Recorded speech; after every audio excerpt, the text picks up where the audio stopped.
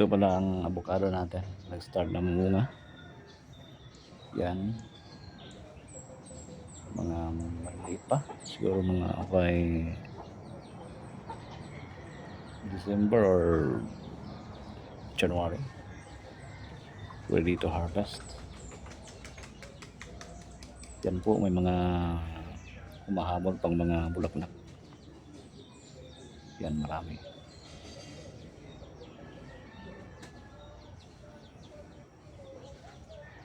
Actually, malaki yung puno niya eh. At saka marami pa rin